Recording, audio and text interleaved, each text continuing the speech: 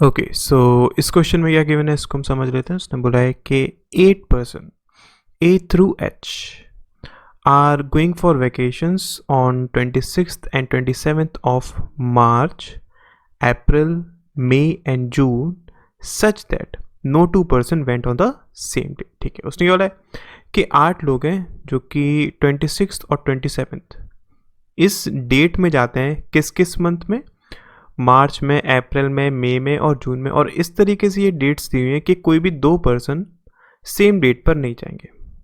ठीक है, इसका मतलब क्या? अगर मैं यहाँ पर लिखने जाऊँ 26, 27th, 26, 27th, 26, 27th and 26, 27th, तो देखो आपके पास 1, 2, 3। ये अगर मार्च को रिप्रेजेंट कर रहा है, ये आपके पास अप्रैल हो जाएगा, ये मई and this one is June. ठीक है, तो इस तरीके से हमने डेट्स डिवाइड कर ली। अब हम लिखेंगे कि कौन कब जाता है। फाइन, उसने पहली कंडीशन दी है कि ए वेंट आफ्टर डी। ठीक है, अगर हम कंडीशंस लिखें तो ए डी के पास जाता है। ठीक है, who did not go in a month having even number of days. ठीक है, इसका मतलब क्या है? डी कब नहीं जाएगा? देखो मार्च में टोटल 31 डेज होते हैं, 30 डेज, 31 डेज एंड 30 डेज। ठीक है, तो उसने क्या बोला कि वो इवन में नहीं जाता है। इसका मतलब डी जो हो सकता है वो या तो मार्च में हो सकता है या फिर मई में हो सकता है या फिर मार्च में हो सकता है। ठीक है, उसके बाद उसने क्या बोला है कि C went just before G in the same month. Okay, C जो है वो जी से जस्ट पहले जाता है और सेम मंथ में है। फाइन, उसके बाद 2 person go between F and E. F और ई के बीच में 2 लोग जाते हैं। ठीक है, ये एफ, ये ई हो सकता है, ये एफ हो सकता है। फाइन, उसके बाद H went just after a but not in the same month. Okay, उसने बोला कि एच जो है वो ए के जस्ट बाद जाता है लेकिन सेम मंथ में नहीं। इसका मतलब क्या? आपके पास अगर ए यहाँ पर है तो एच यहाँ पर हो सकता है, एक पॉसिबिलिटी। अगर ए यहाँ पर है, एच यहाँ पर हो सकता है, दूसरी पॉसिबिलिटी। और अगर ए आपके पास यहाँ पर है तो एच यहाँ हो सकता है। ये 3 पॉसिबिलिटीज़ हो सकती है हमारे पास। ठीक है, अगर हम इस कंडीशन को यूज़ करते हैं तो इसमें डी आपके पास यहाँ पर आ जाएगा।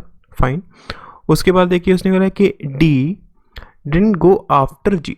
ठीक है, डी जी के बाद नहीं जाता। ओके फाइन, उसके बाद B did not go in a month having odd number of days. ठीक है, B odd number of days में नहीं जाता। मतलब क्या? बी जो है वो या तो अप्रैल में हो सकता है या फिर जून में हो सकता है। ठीक है, इतनी आपके पास इंफॉर्मेशन है।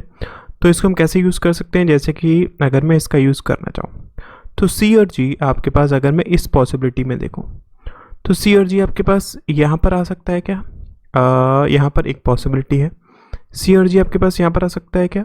यहाँ नहीं आ पाएगा, बिकॉज अगर मैं सी और जी को यहाँ पर पुट करता हूँ, इन दैट केस आप इस एफ और ई वाली कंडीशन को नहीं पुट कर पाएंगे, है ना। तो एक चीज़ तो कंफर्म होगी कि इस पॉसिबिलिटी में सी और जी आपके पास यहीं पर आएंगे। ठीक है, और आपके पास ई एफ यहाँ पर और यहाँ पर आ जाएंगे। ठीक है, रिमेनिंग आपके पास क्या बचा हुआ है? बी बचा हुआ है। बी आपके पास यहाँ पर हो जाएगा। तो इसमें हमारे पास अभी सारी कंडीशन सेटिस्फाई हो रही हैं। ठीक है, सेकेंड वाली पॉसिबिलिटी में अगर मैं देखूँ तो अगेन आप सी और जी को कहाँ पर पुट करा सकते हो? देखो, मैं सी और जी को ऊपर नहीं पुट करा सकता हूँ, इतना तो हमें क्लियर है। ठीक है, बिकॉज हम जानते हैं कि ये आपके पास जो दिया था ना, उससे बोलता कि D did not go after G, मतलब डी पहले जाएगा। तो इसको मैंने कंडीशन को गलत लिख लिया, डी पहले जाएगा। ठीक है, तो यहाँ से अगर मैं बात करूँ, ऑब्वियसली आप सी और जी को यहाँ पर नहीं पुट करा सकते हो। ठीक है, हमारे पास सी और जी के लिए फिर यही पोजीशन बचती है, राइट। तो अगर मैं अब ई और एफ की बात करता हूँ तो ई एफ आपके पास यहाँ पर और यहाँ पर आएंगे। ठीक है, अब आपके पास जो बी है वो हम जानते हैं कि मार्च में नहीं हो सकता है। इसका मतलब क्या? ये पॉसिबिलिटी तो आपके पास रॉन्ग हो गई। ठीक है, अब अगर मैं थर्ड पॉसिबिलिटी में बात करता हूँ, अगेन अगर मैं सी और जी को पुट कराने की कोशिश करता हूँ तो सी जी आपके पास यहाँ पर नहीं आ पाएगा, सी और जी आपके पास सिर्फ यहीं पर आ सकता है।